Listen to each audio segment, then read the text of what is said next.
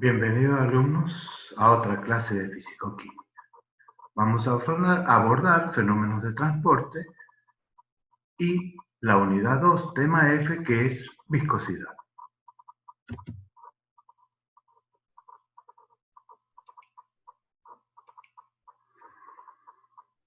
Los temas que vamos a abordar son el concepto de viscosidad, la ley de Newton de la viscosidad, análisis de unidades, fluidos newtonianos y no newtonianos, la ley de Poiseuille y su aplicación en los viscosímetros, la ley de Stokes, viscosidad de las mezclas, viscosidad y efectos de la temperatura.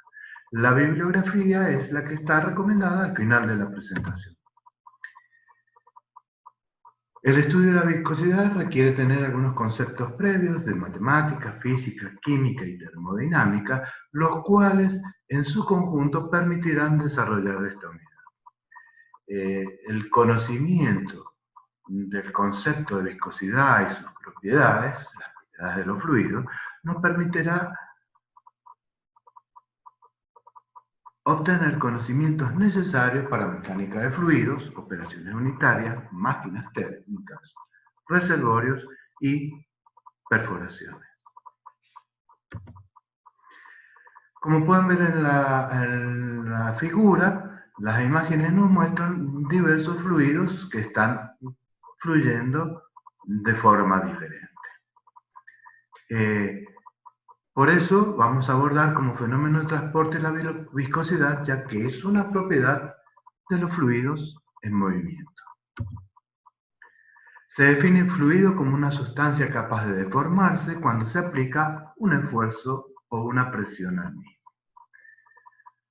Son sustancias que pueden fluir como líquidos, gases y fluidos multifase. Cambian de forma continuamente en el movimiento, ya que no soportan esfuerzos de corte y solamente soportan esfuerzos de compresión. La viscosidad es la propiedad que caracteriza la resistencia de un fluido a fluir. En síntesis, viscosidad es la propiedad de un fluido que ofrece resistencia al movimiento relativo de sus moléculas.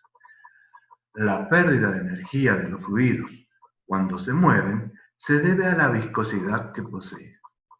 Cuando los fluidos se mueven, se desarrollan en ellos tensiones de corte cuya magnitud depende de la viscosidad de los mismos. La viscosidad no se relaciona con los coeficientes de fricción de los fluidos, ni tampoco se puede realizar una analogía con los coeficientes de fricción de los sólidos. La viscosidad se explica desde el punto de vista cinético molecular, ya que se producen pérdidas de energía debido al movimiento relativo de sus moléculas y pérdidas de velocidad generadas por el choque de las mismas. Para obtener una definición precisa de la viscosidad, vamos a considerar un fluido contenido entre dos capas, una capa fija, inmóvil, y una capa flotante sobre él o suspendida sobre él, que puede tener movilidad. Vamos a considerar un fluido de un espesor pequeño, definido, y vamos a aplicar una fuerza de impulso sobre la placa que flota sobre él. Veremos que la placa va a poder deslizarse, pero con cierta dificultad. Esa dificultad al deslizamiento lo hace la interacción que hay entre la película de fluido contigua a la capa sólida y las moléculas del sólido. Esa interacción hace que la capa que está adherida al sólido se mueva con la misma velocidad con que nosotros lo estamos impulsando. Y puede observarse que a medida que nos alejamos de la capa móvil, se produce un gradiente de velocidades hasta llegar a una condición de frontera o de borde o de no deslizamiento, que es cuando tomamos contacto con la capa fija, donde la velocidad es nula, siempre y cuando estemos hablando de un espesor pequeño de fluido y de un fluido liviano. de un fluido cuyas moléculas no sean muy pesadas. Podemos decir que este fenómeno se debe a que hemos aplicado sobre el fluido un esfuerzo tangencial, es decir, un esfuerzo de corte. Estamos impulsando el fluido desde la superficie. La relación entre la fuerza aplicada y el área unitaria de la placa móvil nos va a dar lo que conocemos como esfuerzo de corte. Y la variación de velocidad que vemos en el espesor I del fluido lo vamos a llamar gradiente de velocidades, gradiente de corte o de cizalla. Podemos decir entonces que la viscosidad surge como una relación de proporcionalidad que hay entre el esfuerzo de corte y el gradiente de velocidades. Y como toda proporcionalidad debe llevar una constante, esa constante es la viscosidad.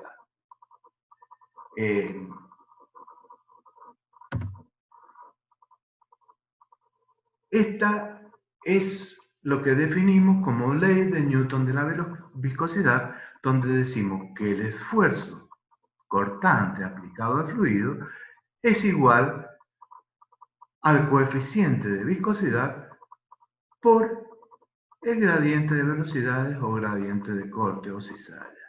Vemos un signo negativo y esto hace referencia a que el gradiente de velocidades va de la mayor velocidad, que es la que adquiere la capa de fluido en contacto con la capa móvil, hasta hacerse nula en la condición de frontera que presenta la capa fija. ¿Para qué? Como el gradiente de velocidad es negativo, ponemos un signo negativo para que el esfuerzo de corte o de cizalla tenga un valor positivo. Podemos decir que esta no es una ley, sino una expresión empírica que surgió de la experimentación. Todos los gases y algunos líquidos de bajo peso molecular y monofásico se describen bien mediante esta expresión y se les conocen como fluidos newtonianos. La mayoría de los fluidos de la naturaleza, de la industria, del ambiente y de la vida cotidiana son, entre ellos, líquidos poliméricos, suspensiones coloidales, fluidos polifásicos, se comportan como fluidos no newtonianos. Para poder trabajar con este coeficiente de viscosidad y relacionar esfuerzos de corte con gradientes de velocidad que sufre un fluido en movimiento, vamos a definir las unidades de viscosidad.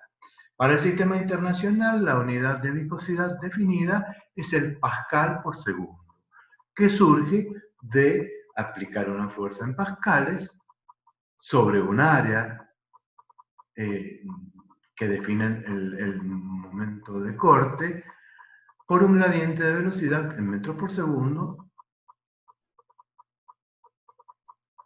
y esa unidad pascal por segundo es equivalente a newton por segundo sobre metro cuadrado y a kilogramos por metros por segundo.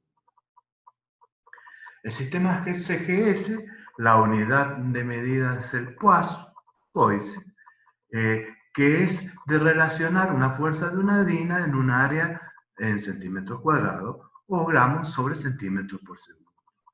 Esta unidad en CGS tiene unidades prácticas, ya que se trabaja generalmente en medida de fluidos newtonianos y de pequeña viscosidad, entonces suele ser muy útil trabajar en milipascales por segundo o milicentipoise o centipoise.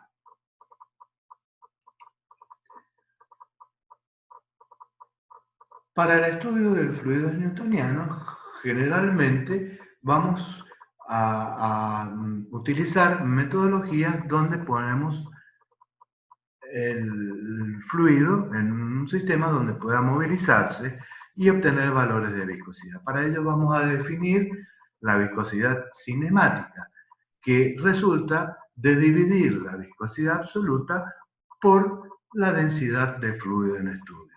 Se utilizan métodos de medición de la viscosidad para fluido newtoniano. La unidad de viscosidad cinemática es el centistock y la unidad práctica, centistock. Podemos ver en estas tablas sumarios de las unidades que adquieren en el Sistema Internacional, el CGS y en el británico, las variables que definen la viscosidad.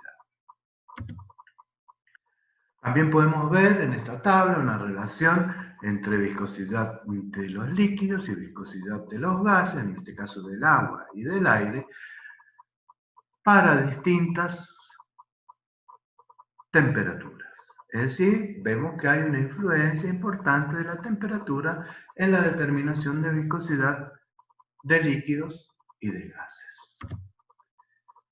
También en esta tabla podemos ver para distintos gases, no tan simples como el agua y el aire, y distintos líquidos, como valores de viscosidad a temperaturas determinadas de acuerdo al fluido que se trate. Para profundizar sobre el estudio de los fluidos newtonianos y no newtonianos, vamos a definirlos en particular. En los fluidos newtonianos, la viscosidad es independiente del gradiente de velocidades. El esfuerzo de corte es directamente proporcional al gradiente de velocidades. Hay una relación lineal entre esfuerzo de corte y gradiente de velocidad. Cumplen con la ley de Newton de la viscosidad gases y la mayoría de los líquidos no poliméricos, es decir, líquidos livianos, agua, alcoholes, algunos combustibles, etc. Podemos definir como fluidos no newtonianos aquellos en que la viscosidad es función del gradiente de corte y o del tiempo de aplicación del esfuerzo cortante. El esfuerzo de corte, en este caso, no es proporcional al gradiente de viscosidades, y ya lo vamos a ver gráficamente. Para estudiar la viscosidad del fluido newtoniano, vamos a definir lo que es la viscosidad aparente, y donde vemos que es una relación que está dada por el producto del índice de consistencia, que es propiedad particular de cada fluido, por una potencia del gradiente de velocidades elevada a un índice de comportamiento de flujo menos 1. Podemos apreciar, si graficamos esfuerzo o tensión de corte versus gradiente de velocidades, cómo es el comportamiento lineal de los fluidos no newtonianos y cómo se apartan de la linealidad los no newtonianos. Y acá podemos distinguir los fluidos dilatantes que van a ir disminuyendo el gradiente de velocidad para un fuerte aumento del esfuerzo de corte. Los fluidos o pseudoplásticos y algunos fluidos como los plásticos de Bingham que tienen una propiedad particular de comportarse como plásticos hasta un cierto esfuerzo de corte, que superado esto empiezan a comportarse como plásticos de Bingham o plásticos generales. Si graficamos la viscosidad aparente respecto del gradiente o del esfuerzo cortante, podemos ver la linealidad que hay para los newtonianos y la pérdida de linealidad para los que no son newtonianos. Vemos que en un aumento, por ejemplo, los dilatantes del esfuerzo de corte, se produce un aumento de viscosidad. Y para los pseudoplásticos se produce como un adelgazamiento, es decir, como una pérdida de viscosidad a medida que nosotros aplicamos el esfuerzo de corte.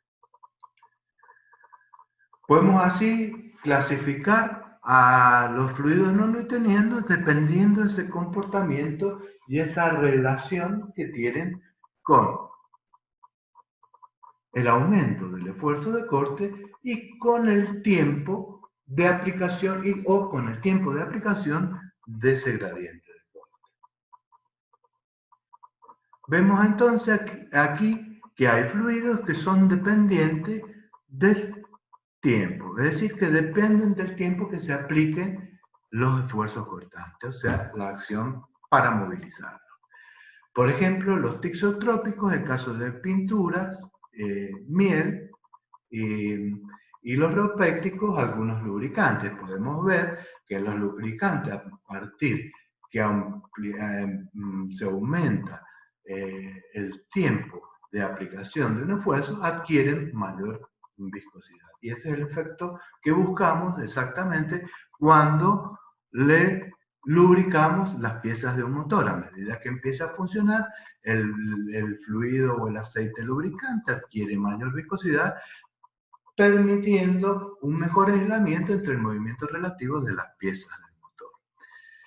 Son independientes del tiempo los pseudoplásticos, que son soluciones poliméricas, pinturas y fluidos biológicos, los fluidos dilatantes, como el cemento húmedo, la solución concentrada de maíz o de azúcar, las melazas, y las arenas movedizas.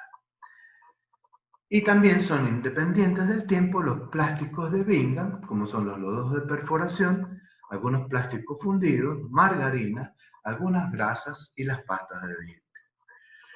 Vamos a encontrar algunos fluidos que se comportan como viscosos y como elásticos. Son los viscoelásticos. Es el caso de los petróleos con alto contenido de parafínico.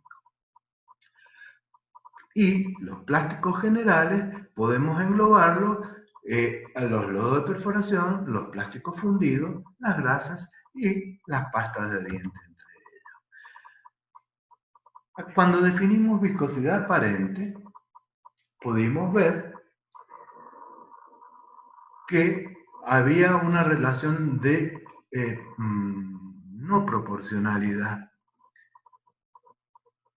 entre el esfuerzo cortante y el gradiente de velocidades. En los tixotrópicos, la viscosidad disminuye con el tiempo a un gradiente de velocidad constante.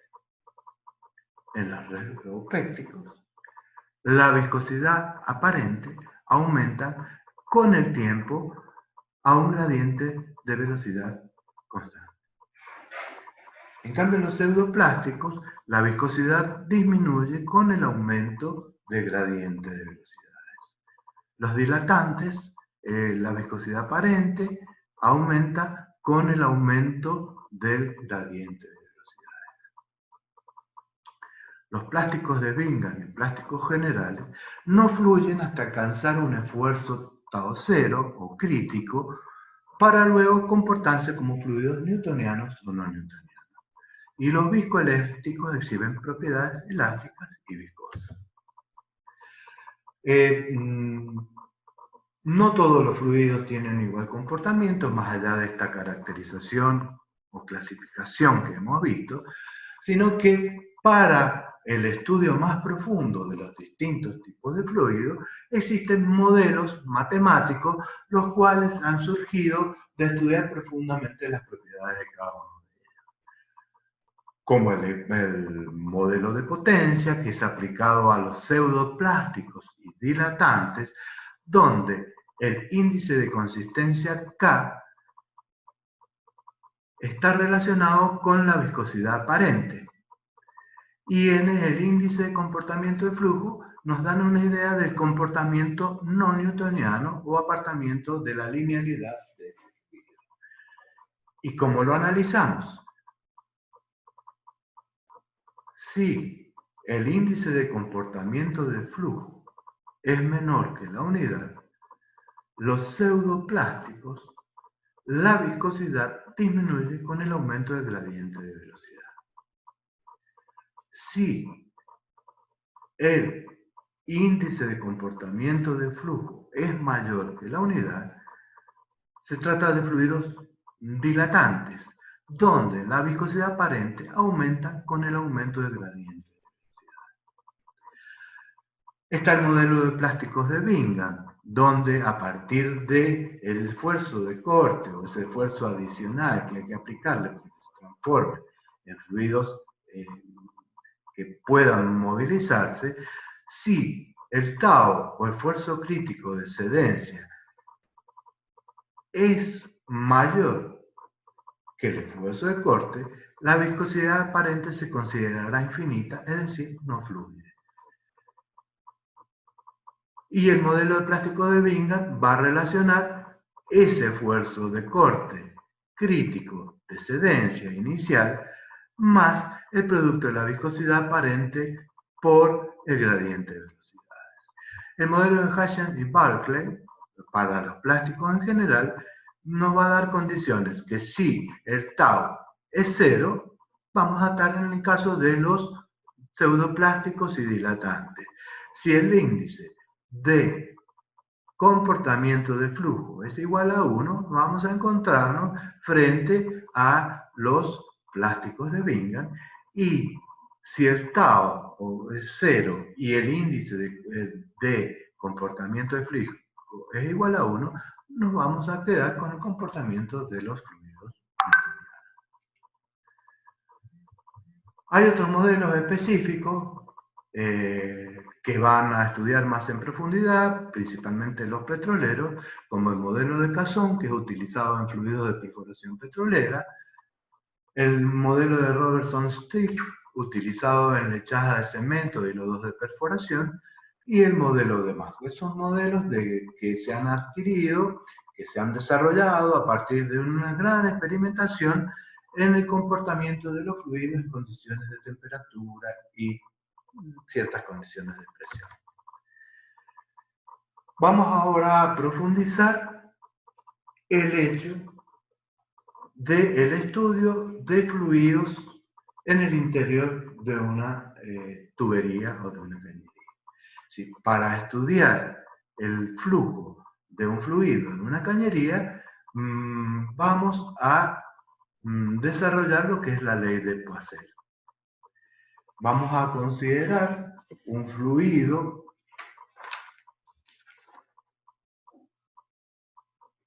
que se mueve con un flujo laminar estacionario en un líquido incompresible y uniformemente viscoso. Vamos a considerar un corte de una tubería donde el fluido se mueve en un espesor o en un radio R, que es el diámetro de la tubería. Vamos a considerar para el estudio un elemento diferencial de vena fluida en el cual vamos a ver los fenómenos que se producen cuando el fluido está en movimiento estacionario.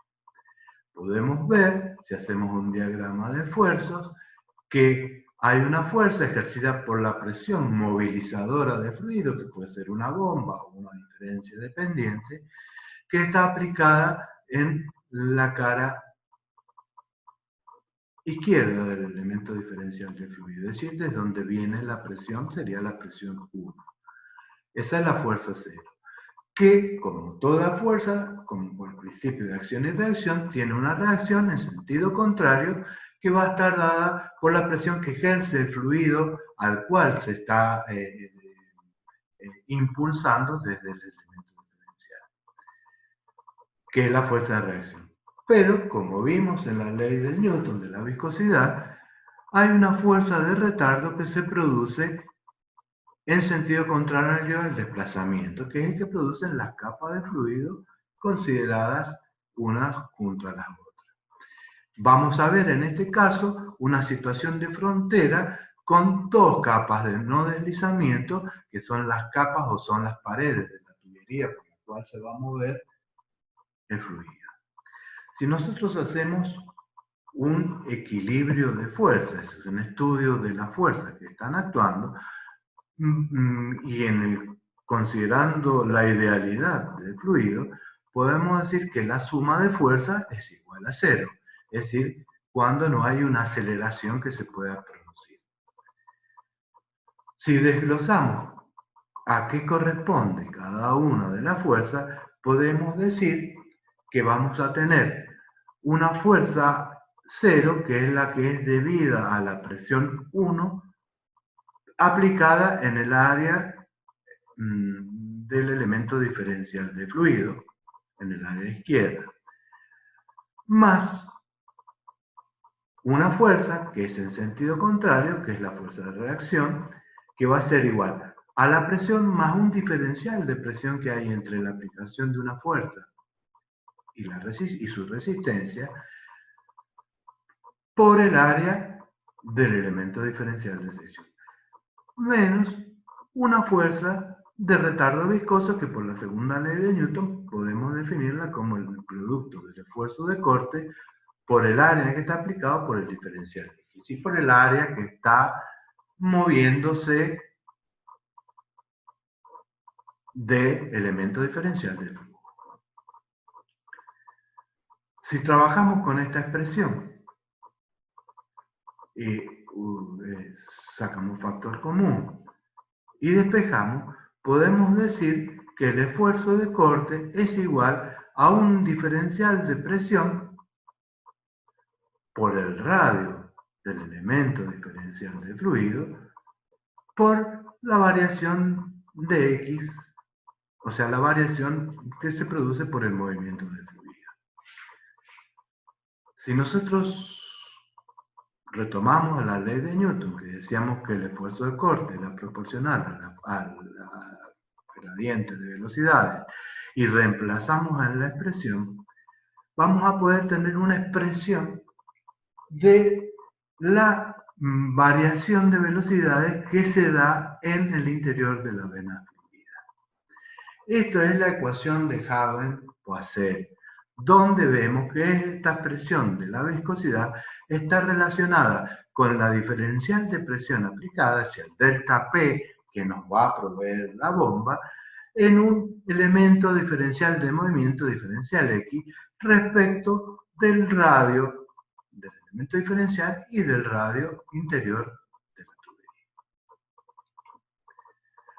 Podemos ver del caso de presión anterior cómo va a ser la distribución de fuerza, y acá vamos a ver las situaciones de frontera, es decir, el fluido, si graficamos el esfuerzo cortante, va a tener un esfuerzo cortante nulo o de oposición al movimiento en el eje de la tubería, y un esfuerzo de restricción, un esfuerzo de retardo o de no resbalamiento en las dos caras de la tubería, es decir, las capas fijas serían. Pero en cambio vamos a ver, de acuerdo a la expresión de Hagen-Poiseuille, cómo esta expresión responde al radio de la tubería elevado al cuadrado, que no es otra cosa que una expresión parabólica de la velocidad. Vamos a ver cómo la velocidad va hacia un máximo en el eje de la tubería y se hace cero en las paredes fijas de la tubería. Trabajando con esta expresión de velocidad y diciendo y sabiendo que el caudal de fluido que se mueve por la tubería es igual a la velocidad media por el área que estamos considerando, y sabemos que solo la presión cambia con la diferencia de X, con el diferencial X, es decir, la presión cambia desde el punto de aplicación de la presión en el elemento diferencial hasta su fuerza de resistencia o fuerza de reacción. La variación de presión se va a dar según la dirección X y no se va a dar según la dirección Y. Podemos reemplazar, trabajar para el área superficial del elemento diferencial de fluido e integrando vamos a llegar a la expresión del caudal, que es la expresión de la ley de Poiseuille, donde estudiamos el caudal de un fluido newtoniano, estacionario, en movimiento estacionario.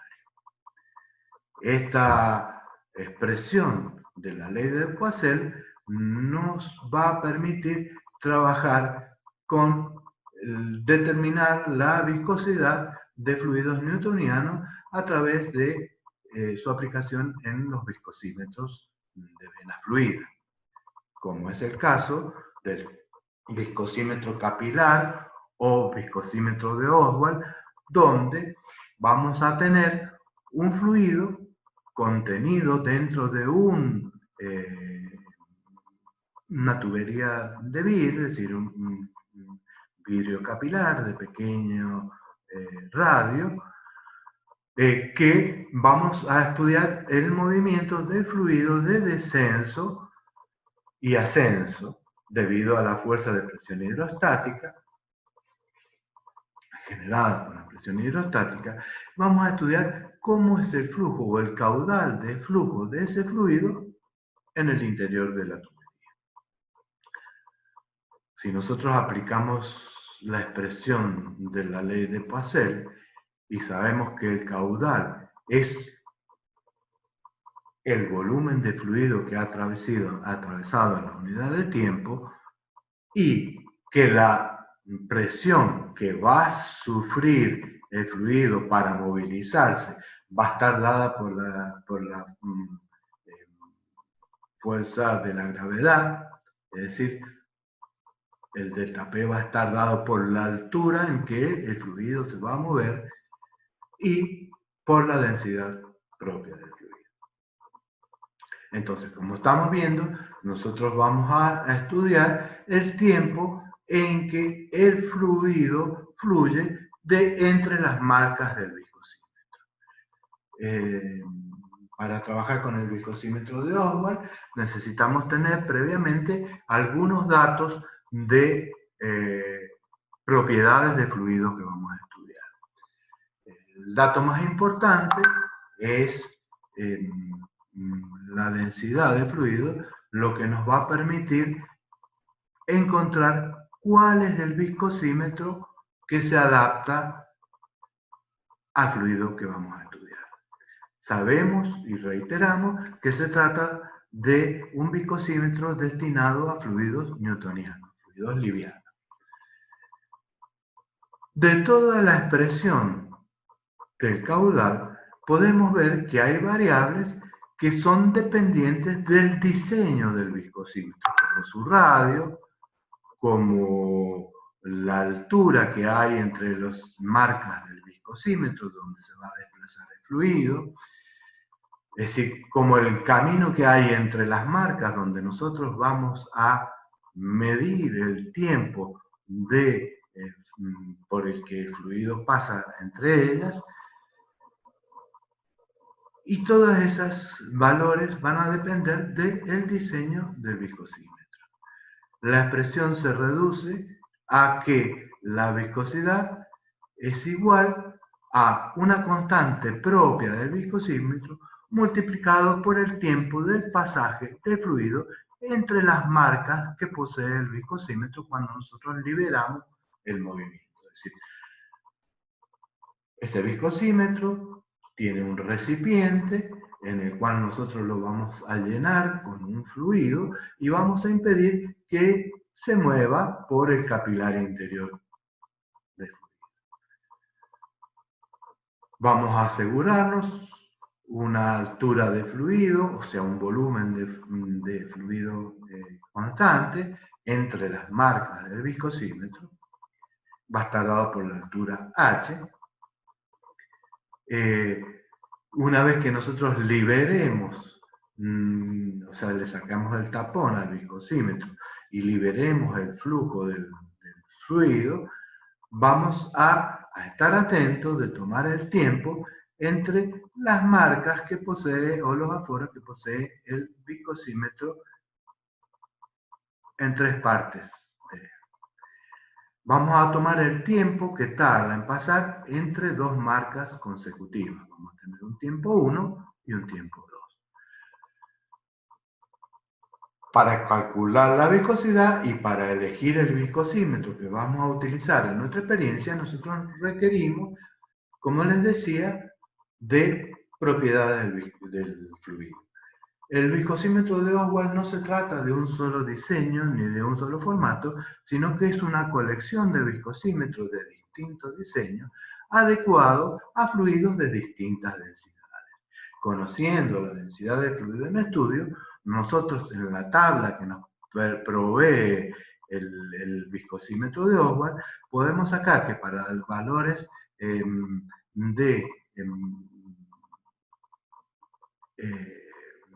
densidad determinada, vamos a obtener un número de viscosímetros con una constante definida para viscosidades que varían entre ciertos rangos. Seleccionado el viscosímetro, la operación es muy sencilla, deberemos poner en condiciones el ambiente de trabajo, porque vamos a ver más adelante que la viscosidad es función de la temperatura, entonces debemos trabajar para hacer mediciones a una temperatura definida o controlada según el fluido que estemos estudiando. Tomadas las marcas o las lecturas de los tiempos, nosotros vamos a promediar el tiempo en que el volumen de fluido recorre el interior del viscosímetro. Y con eso obtenemos una medida de la viscosidad cinemática en centímetros.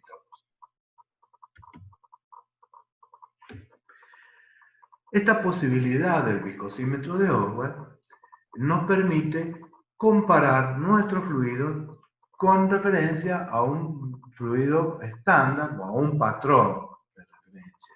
Es decir, partiendo de un fluido de viscosidad conocida mu, cuya densidad es 1 y es conocida, y obteniendo un tiempo de escurrimiento T1 para ese fluido, a la temperatura de calibración del viscosímetro.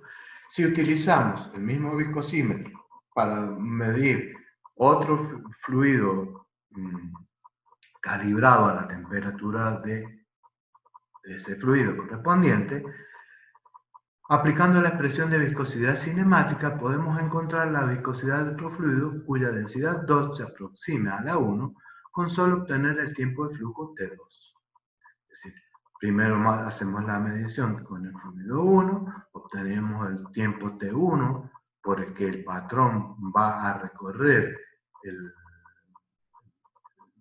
tramo entre las marcas del viscosímetro, y luego para el fluido, que son fluidos semejantes porque deben tener el mismo tipo de viscosímetro seleccionado, vamos a medir el tiempo de paso de la viscosidad. De ahí podemos despejar la viscosidad 2 del fluido desconocido. En el laboratorio vamos a encontrar otros tipos de viscosímetros que son más robustos y que se adaptan a fluidos newtonianos y no newtonianos. Este es el caso del viscosímetro rotativo de lectura directa o viscosímetro de Fan. En este viscosímetro se puede obtener la viscosidad de fluidos newtonianos y no newtonianos. El viscosímetro de Fan consiste en un recipiente que va a contener el fluido en estudio y un mango rotador que tiene dos capas. Una capa fija, que es la capa exterior, que podemos ver en el gráfico,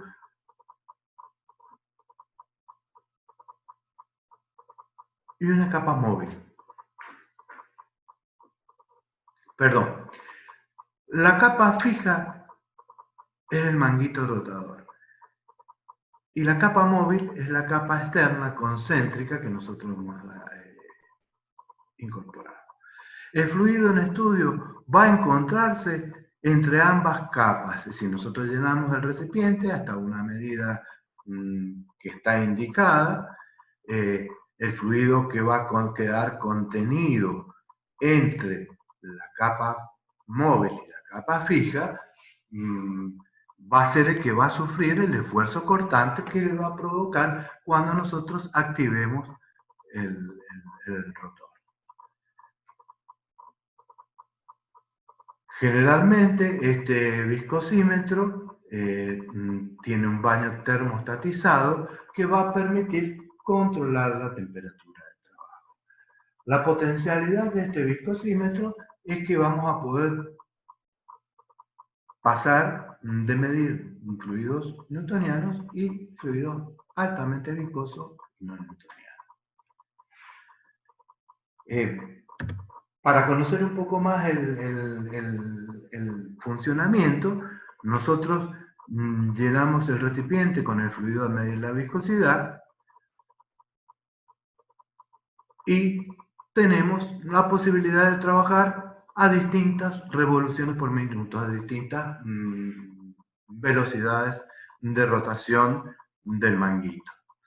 Nosotros podemos trabajar, este sería la perilla de conexión del viscosímetro, a altas velocidades, como 6 revoluciones por minuto, 200 revoluciones por minuto, 600 revoluciones por minuto, o a bajas velocidades que van entre 3 revoluciones por minuto, 100 revoluciones por minuto y 300 revoluciones.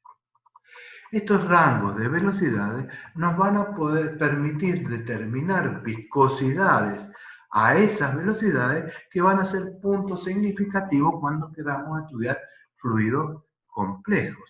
Fluidos que tengan un comportamiento que se aparta bastante de la linealidad. Fluidos no newtonianos. Cuando nosotros ponemos en marcha el viscosímetro, la capa exterior, o sea, la placa exterior móvil, va a empezar a ejercer sobre el fluido que está entre las capas un esfuerzo de corte. Ese esfuerzo de corte, como vimos en la ley de Newton, va a producir un gradiente de velocidades hasta el manguito o capa fija o la parte central. Este sería una balanza de torsión que va a producir un momento, una torsión en un resorte de torsión que va a mover el dial o la aguja del viscosímetro. Es decir, que cuando las velocidades de las distintas capas de fluido van aproximándose a la balanza de torsión, es decir, a la capa fija, van a vencer ese momento torsor que tiene el sistema de resorte de torsión y va a indicarnos en el dial la medida de el desplazamiento. Es decir, el desplazamiento de la aguja nos va a indicar una lectura directa de la tensión. Para entender un poco más el esfuerzo aplicado y cómo se llega a la expresión de la viscosidad a través del viscosímetro rotativo o de FAM, vamos a ver que la tensión aplicada es una tensión resistente, que es una fuerza por una distancia. La fuerza va a estar dada por la impulsión que le da el equipo. Y la distancia de fluido o el espesor de la capa fluida va a estar dada por un pequeño radio, un pequeño espesor de fluido. Si nosotros operamos con estas expresiones e integramos entre el espesor, es decir, el radio 1, que es la capa fija, y el radio 2, que es la capa móvil, que va a ser el espesor de fluido, y trabajando con la expresión de la velocidad angular a la que hemos sometido en las distintas mediciones al fluido, podemos llegar a una expresión que va a depender de valores como son los valores de diseño del equipo, que es la distancia entre capas, la longitud del manguito rotador, el espesor de la capa de fluido que queda considerado entre ambas y la forma del manguito rotador. Todas estas variables hacen que sean variables de diseño del tipo viscosímetro, que es un valor constante. Entonces nosotros, para las distintas revoluciones en que pongamos a funcionar nuestro viscosímetro, vamos a leer directamente en el dial las tensiones resistentes que están aplicadas. Así nosotros podemos determinar distintos puntos para distintas velocidades. Nosotros habíamos dicho que en baja podíamos tener velocidades de 3, de 100 y de 300, y en altas de 6, de 600 y de 200 revoluciones. Con todas estas medidas de tensión podemos determinar la viscosidad aparente, la viscosidad plástica y el punto de cedencia de los distintos fluidos no newtonianos.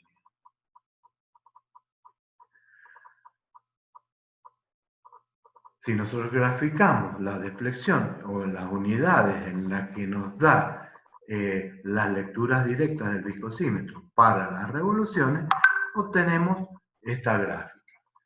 Primero, vamos a colocar la muestra recién agitada dentro de un vaso térmico y ajustar la superficie del fluido al nivel de la línea trazada en el manguito del rotor. Es decir, nosotros ponemos un volumen constante de fluido en el vaso del viscosímetro.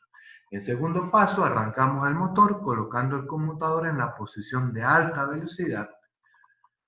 Con la palanca de cambio, el equipo tiene una perilla. Si volvemos a la gráfica anterior, el equipo tiene una perillita que nos va a permitir regular las distintas velocidades. Es decir, en alta vamos a tener 300 revoluciones, 600 revoluciones, 6 revoluciones y 200, y tiene un sistema de embrague que nos va a permitir siempre con el viscosímetro en funcionamiento obtener las distintas velocidades angulares a las que nosotros queremos determinar los puntos.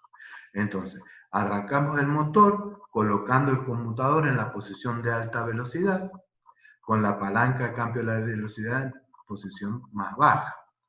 Esperamos que el cuadrante indique el valor constante, la lectura a 600 revoluciones por minuto, y registramos la indicación que nos da el dial. Luego, cambiamos la velocidad solamente cuando el motor esté en movimiento.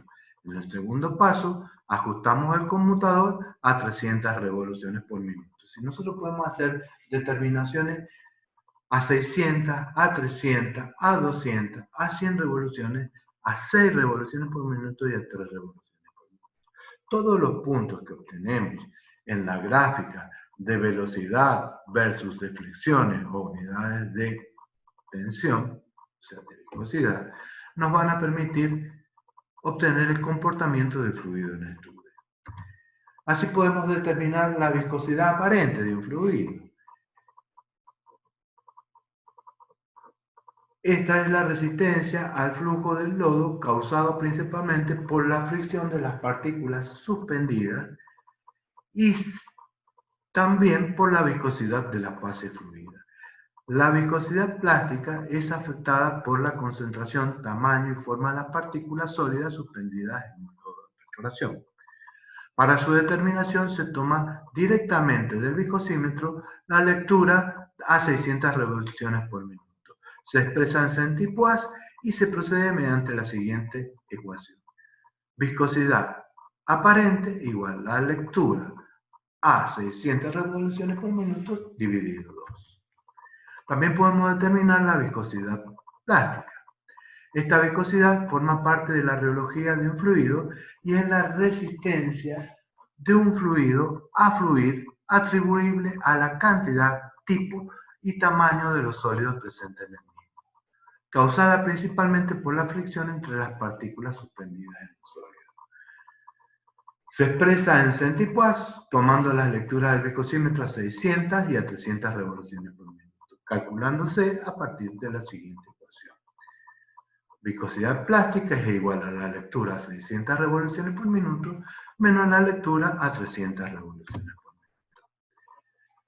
También podemos determinar el J-point o punto de cedencia, que es el caso de los fluidos plásticos.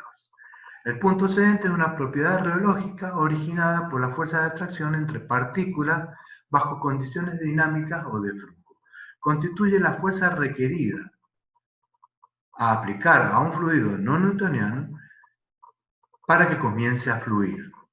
Se calcula a partir de la lectura de 300 revoluciones por minuto y la viscosidad plástica a través de la siguiente ecuación.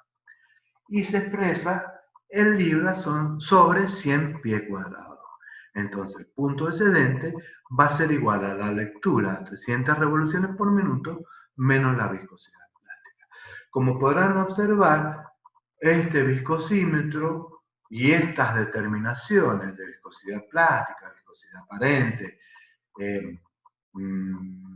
puntos de excedencia, son propiedades que nosotros estudiaremos en profundidad cuando analizamos los fluidos para hacer perforaciones de roca, o sea, para hacer perforaciones petroleras, donde el fluido está constituido por una cantidad de sólidos y líquidos que en conjunto van a obtener distintas velocidades de acuerdo a las viscosidades, de acuerdo a la necesidad de la perforación.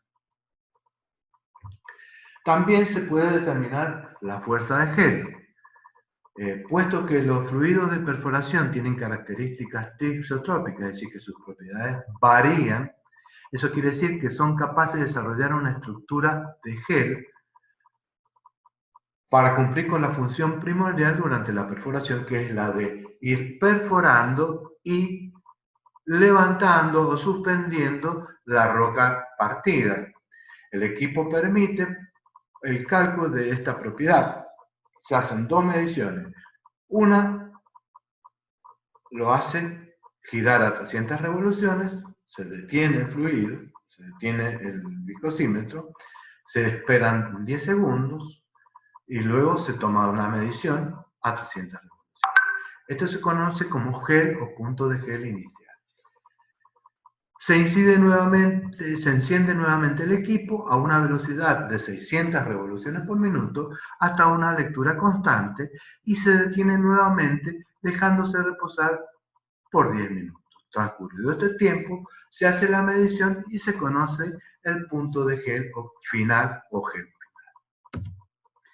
Gráficamente nosotros podemos ver cómo el viscosímetro rotativo nos va a ir dando los distintos puntos que luego podemos aproximar según el tipo de fluido de que se trate. En este caso, es el estudio de la viscosidad de un fluido newtoniano con valores tomados a 600, 300, 200, 100 y 6 y 3 revoluciones por minuto. Para el estudio de los modelos de viscosidad que vimos anteriormente, para el estudio reológico de los fluidos, vamos a utilizar lo que son los reómetros, que son equipamientos más sofisticados que nos permite estudiar la relación entre los esfuerzos y las deformaciones de los materiales que son capaces de fluir. Se encarga de encontrar los modelos matemáticos que se describen dicha relación. Generalmente son de carácter tensional, ya que estamos aplicando una tensión de corte. Los reómetros someten a los materiales a distintos esfuerzos, deformándolos o viceversa, permitiendo su estudio. Los fluidos no newtonianos podemos determinar viscosidad aparente, viscosidad compleja o viscoelasticidad, que es la respuesta ante esfuerzos de corte oscilatorios. Módulos de almacenamiento, módulos de pérdida, funciones complejas de viscosidad no lineal o no newtoniana. Estos reómetros, con los cuales contamos con algunos modelos en los laboratorios de fluidos especiales de la facultad, nos van a permitir modelar para los distintos fluidos la respuesta a los esfuerzos a los que son sometidos. Así podemos ver cómo gráficas obtenidas con el reómetro Anton Park que vimos recién para fluidos pseudoplásticos, como es el caso de los polímeros de recuperación terciaria de petróleo, como es el comportamiento de la viscosidad del fluido a través de los días en que se está operando con el mismo fluido. Así cómo cambia en el tiempo las gráficas de viscosidad en función del tiempo. También podemos ver la diferencia que caracteriza a petróleo con alto contenido de parafina, donde podemos obtener valores de módulos de almacenamiento y módulos de pérdida, que son los que dan la propiedad a estos fluidos parafínicos. Ya dejando atrás lo que son los viscosímetros rotativos, los reómetros, tenemos otra posibilidad de medir la viscosidad de fluidos a través de la ley de Stokes. Nosotros vamos a interpretar que se refiere a las fuerzas de fricción que experimenta un objeto cuando se mueve en el seno de un fluido viscoso. Es decir, en vez de poner, como en el viscosímetro de Oswald, el fluido en movimiento o en deslizamiento, nosotros vamos a hacer deslizar ahora un cuerpo, un objeto esférico, a través de un fluido viscoso.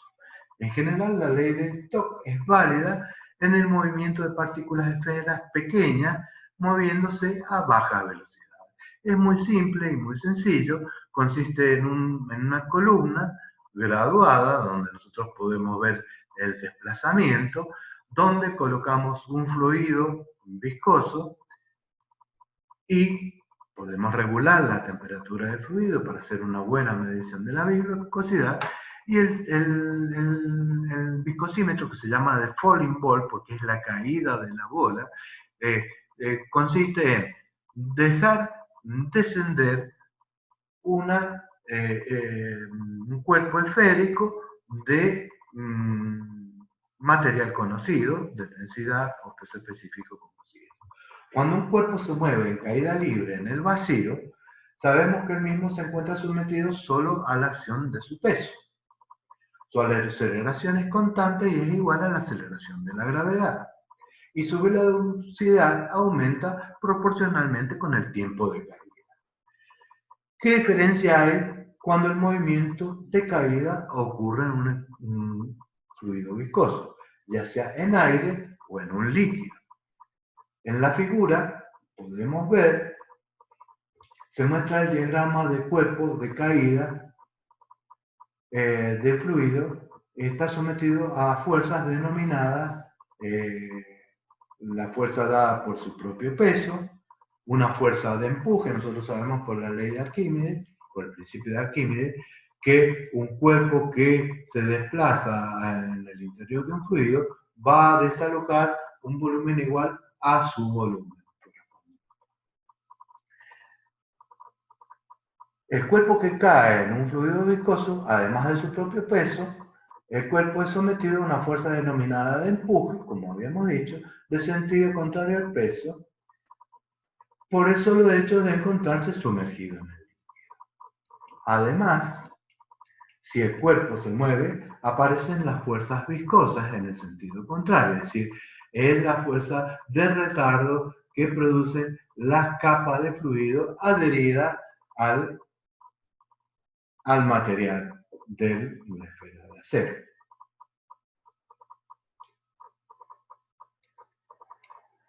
Esa fuerza de retardo viscoso se opone al movimiento del cuerpo a diferencia de la fuerza de rozamiento dinámico entre dos superficies. Esta fuerza viscosa es proporcional a la velocidad y depende del tamaño del cuerpo y de la forma. Entonces, si estudiamos las fuerzas que intervienen, podemos definir una fuerza de retardo viscoso dada por la expresión de Stokes, un empuje y el peso debido a las propiedades de la bolita de acero. En el empuje vamos a tener en cuenta la masa y las dimensiones de la bolita de acero y el peso específico de la misma. En respecto al fluido, nosotros vamos a tener en cuenta el peso específico del fluido y la acción que esa masa o ese volumen de fluido hace de la fuerza de empuje sobre el elemento que se está movilizando. Haciendo el esquema de fuerzas y sabiendo que la bolita de acero va a descender sufriendo el efecto de las fuerzas actuantes, vamos a ver que lo hace con aceleración cero, es decir, sin aceleración. Nosotros vamos a poder ver el tiempo o la velocidad de desplazamiento entre las marcas del viscosímetro. Es muy sencillo el trabajo con este viscosímetro, ya que las variables de diseño se incluyen en una constante del viscosímetro y para obtener la viscosidad de Stokes solo deberemos medir el tiempo de pasaje desde las marcas del viscosímetro. Vemos que en la definición de esta viscosidad va a quedar definida por el peso específico de la bolita de acero, el peso específico del fluido, el tiempo que tardan en pasar entre las marcas, el radio de la bolita de acero y la acción, la aceleración que adquieren, que es la de la gravedad en caída.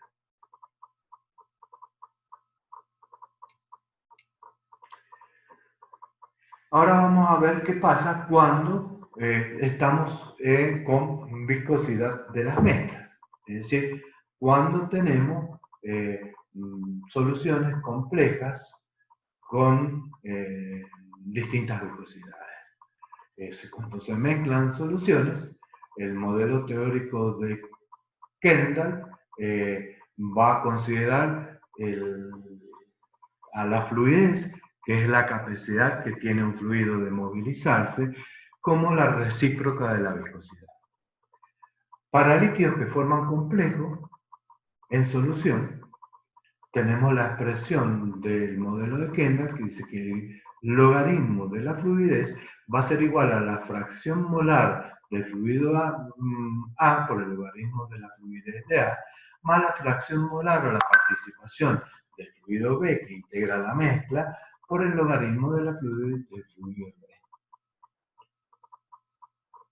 Para los líquidos que forman complejos, la viscosidad o fluidez es menor que la calculada por la ecuación del modelo de Kendall. Entonces, la viscosidad real de la solución será mayor que la calculada. Para los fluidos no afines, en el caso de polar y no polar, la fluidez va a ser mayor que la calculada, entonces la viscosidad real de la mezcla será menor que la calculada. Vamos a ver otras expresiones de viscosidad de las mezclas. Podemos decir que vamos a obtener valor de viscosidad específica, que es la relación entre la viscosidad de una solución de concentración conocida C y la viscosidad del solvente puro con la cual hemos obtenido la solución. Entonces, la velocidad específica va a ser la diferencia entre la viscosidad de la solución de concentración C menos la velocidad del solvente puro sobre la viscosidad del solvente puro. También podemos hablar de viscosidad intrínseca en soluciones diluidas. La velocidad específica es función lineal de la concentración.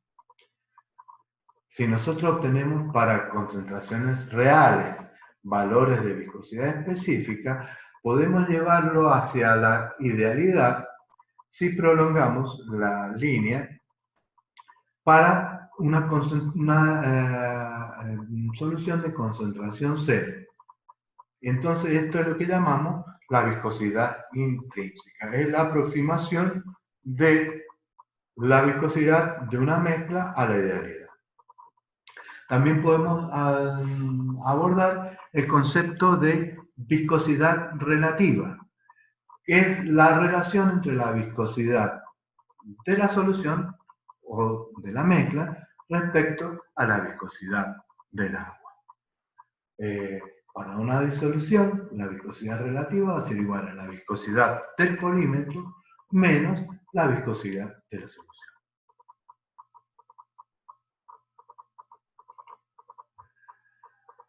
Como hemos mencionado a lo largo de la presentación, sabemos que la velocidad la viscosidad de un fluido es función de la temperatura en la cual se encuentra el movimiento. La resistencia de los fluidos a los esfuerzos de corte depende de la fuerza de cohesión de las moléculas.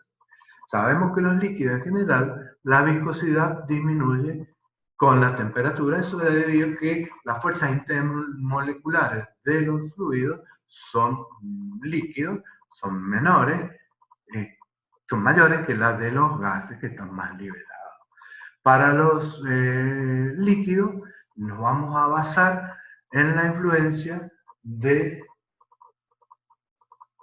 la temperatura según la ecuación de Arrhenius que hemos visto ya desarrollada, donde la viscosidad es proporcional a una energía de activación del fluido y respecto de la temperatura.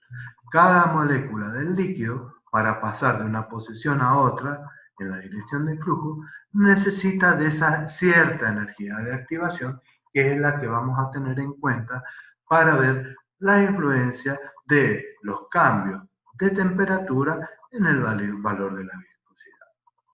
Para los gases, en general, la viscosidad aumenta con la temperatura. Entonces, en conclusión, podemos asegurar que en los líquidos la viscosidad disminuye con un aumento de temperatura. A mayor temperatura van a tener menor viscosidad. En cambio, en los gases, esta viscosidad, dado que a mayor temperatura aumenta la presión interna y las moléculas de los gases van a producir mayor número de choques, esto va a producir un incremento en el aumento de la temperatura. Hemos llegado al final de la presentación.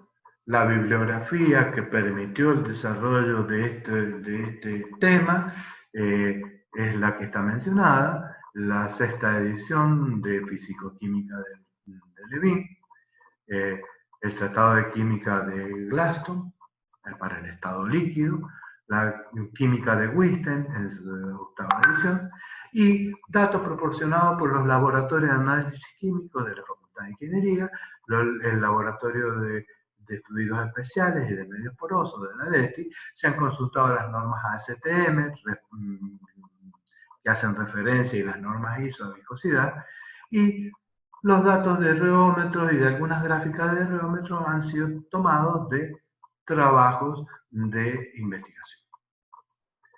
Muchas gracias.